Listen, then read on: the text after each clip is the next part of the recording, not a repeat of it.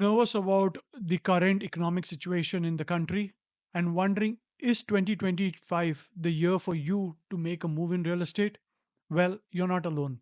There are many people just like yourself wondering whether they should or should not make a move in real estate. Today, we will go over what these economic tariffs mean for the economy. We'll break it down to layman's terms so that you can have a better understanding of what this implies on the real estate market in the lower mainland. And then you can make a decision on whether it is the right thing for you to make a move or not. If you stick around till the end, I will be sharing that one category of buyers who should not enter the real estate market in 2025. Hi, my name is Roshan Victor. I'm a local realtor here in the Fraser Valley, and I help families just like yourself make informed decision. Whether you're buying, selling, or investing, there are current opportunities in the market that you can take advantage of. Want to know more about them? Click the link below in the description to book a call with me. Let's go over some of them which are available and see whether it's a right fit for you and your family. How do tariffs work? Is it a good thing or a bad thing? Well, in our current scenario, it may not be the most ideal thing because we as Canada export a lot to the US, and a 25% tariff will make the demand for our products less attractive to the US consumer, which also means that less output. That means we do not need that many people working on those jobs. So there are going to be job cuts. And when there is job cut in one sector and in one section, it trickles down through the economy. So there is a definite negative to tariffs. So now let's look at what has happened in the market over the last 7 days. Trump came out and said there are going to be tariffs implemented of 25%. Trudeau came back and said, yes, we are also going to implement a tariff of 25% on a certain sector of goods, and he listed it out. And then both the heads of the state had a conversation and decided that it's going to be a 30-day pause on the tariffs. Let's hypothesize that this was not the case and that the tariffs were through. According to the Royal Bank estimates, I will read word for word. Our estimates align to the Bank of Canada's finding, which simulate that a 25% increase in tariffs across the board, US and global, would reduce Canadian GDP ranging from minus 3.4 to minus 4.2 percentage points. Such reduction could push Canadian unemployment rates up between 2 to 3 percentage points.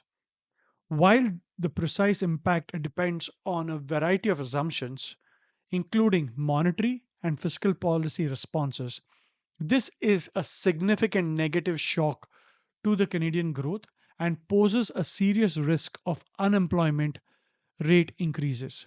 Now, what it means is we will have to go back to pandemic level relief measures to make sure that if the tariffs go ahead after 30 days, it will not impact our economy largely. Now, at as of this moment, while we stand, the policy rate is approximately around 3%. And according to the article, it says that we may go down to 1.5%. That's another 150 basis points decrease. Now, why is that significant? Is simply because if we have to see data over time, the highest we have been in the recent years is in June of 2023, where the policy rate was 5%. And prior to that, if you're looking at 1.75, it was 2022. And before that, we were at 0.5%, which was more during the pandemic to support the economy, stimulate growth. And we all know what happened during these times in the real estate market, because when we go to the market, we're talking about 2020 onwards, that's where you saw the boom and the 89% growth in the value of properties in the lower mainland. The housing price index went up to 1.765 in the Fraser Valley, 1.765 million from a meagerly $992,000. So Is there a probability of this repeating itself? Maybe, maybe not. One of the key factors over here is going to be the unemployment rate, because currently the unemployment rate sits at 6.7% in Canada. And if this article has to be believed, we are looking at 2 to 3% more. That is 9% unemployment rate. That is going to be significantly decapitating our economy. One good side of this is the administration currently is working towards sourcing avenues to reduce their reliance on US alone as a trade partner, which is a good thing. However, these reliefs will take approximately 5, 7, 10, maybe 15 years to fruition, depending on sectors that they're looking at, especially with oil and gas. If you are looking at putting in a refinery out here, that's going to take a lot of time, or even build pipelines to take the oil and export it to other parts of Asia.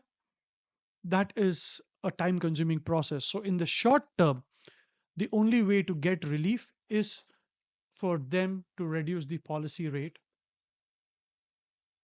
of 3% down to 1.5%, which can spark another growth spur in real estate. So, who should be taking advantage of this market at this time? Somebody who has a secure job and is not going to be impacted by the tariffs that are coming in and has enough disposable income to wave off any uncertainty that comes in, and you're renting at the time, you should be someone looking at the market, taking advantage of it, as there is lot more inventory for you to choose from at this point in time. Second category of which should exploit this market is someone who has been living in their homes for more than 12 to 15 years and are looking at upgrading. Or example, somebody living in a single family home wants to pick up another single family home with a mortgage helper. That would be a good option, because for y'all there is lot of equity which has been built in, and you can take advantage of this market at this time with the lower rates to make that move in 2025. Let's talk about who cannot take advantage of this market and who should not take advantage of this market. If you are someone who is still uncertain about Canada as their destination in terms of permanent living, and you do not have a 7 to 10-year plan of living in this country, for those people, please do not get into the market in 2025, because that will not work out in the right manner for you. The reason I say this is when you buy a property and you want to sell it, if you're buying anything with less than 20% down, you would be paying a CMHC insurance on top of it. It's like a fee which you pay upfront. Now, to add that, property taxes, and to recoup the selling costs, your property needs to go up 10%. So, if you have an exit plan out of this country between 2 to 3 years, it may not be the most advisable thing to do. Yes, can it be pulled off? Yes, if everything lines up well. But the risk factor on this particular endeavor is pretty high. So for you, it is recommended that you rent, and that will be the best option if you are looking at never staying in this country for more than 2 to 3 years. That being said, all these suggestions are not a blanket statement. It has to be evaluated on individuals and their situation.